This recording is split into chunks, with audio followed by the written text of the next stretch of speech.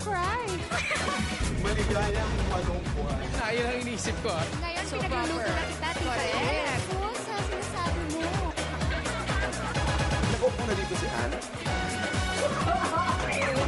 Papunta na ho kami sa Dragon Dance.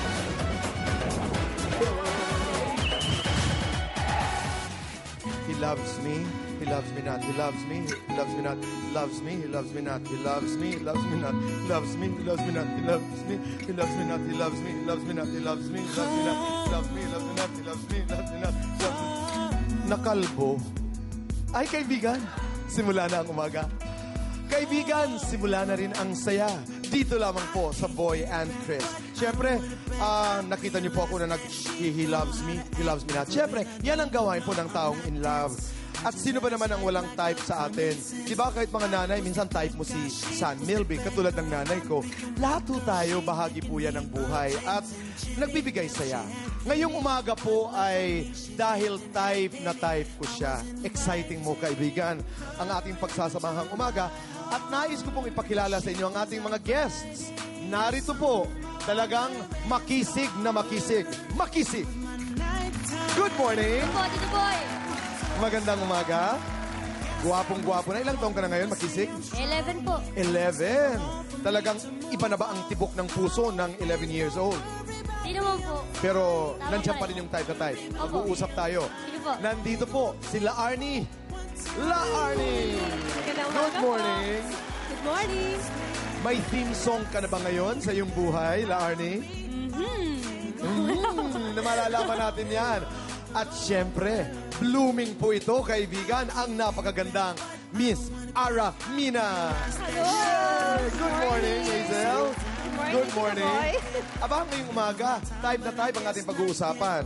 Ikaw, kumusta na? Pag naghalimbawa sa type mo, paano mo ipinapakita? Ikaw ba'y shy o anong ginagawa mo? Medyo shy po, pero tuloy pa rin. Tuloy pa rin. Pero paano mo ipinapahiwatig? Ikaw ba'y nagtitext, nagpapadala ng regalo? Paano? Minsan po, nagtitext. Pero Minsan nagte-text. minsan po. Tapos, Sinasagot naman yung text.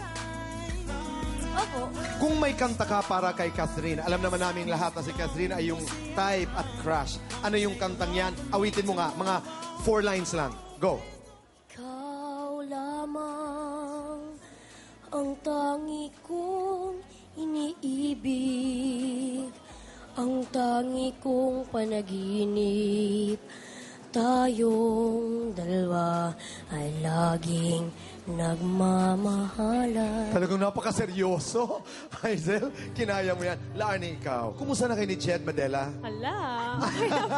Hindi nga, kumusta na? Di, okay lang po. Nagti-text? Talaga? Anong text? Hi. Kwento naman. Po. Paano? Yun, Gaano text, kadalas? gano'n. Hi, Gaano hello. kadalas? Yun, pag may... Pag may... yun, pag may mga gigs, for example, ganyan, magduduet kami, yun. Siyempre, Siyempre. magte-text, Kuya, duet tayo. Para may excuse, hindi ba? Hindi pa siya nagsasabi ng kahit ano. Hala, hindi na Hala! Hala! If you have a song for Jed, halimbawa, at this point, ano yon? Go.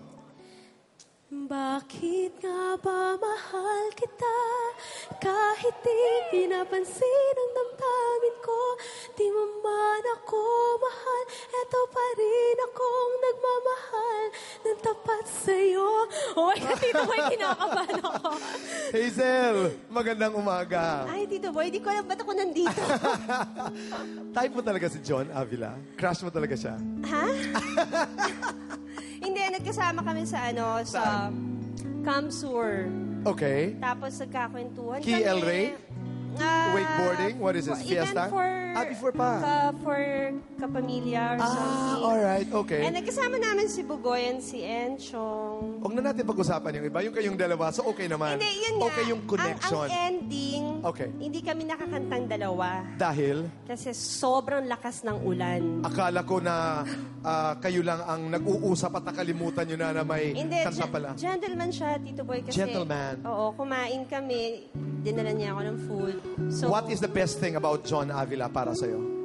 ano siya, down to earth. Down to earth. Tsaka gentleman. At hindi kita tatanungin kung may kanta ka.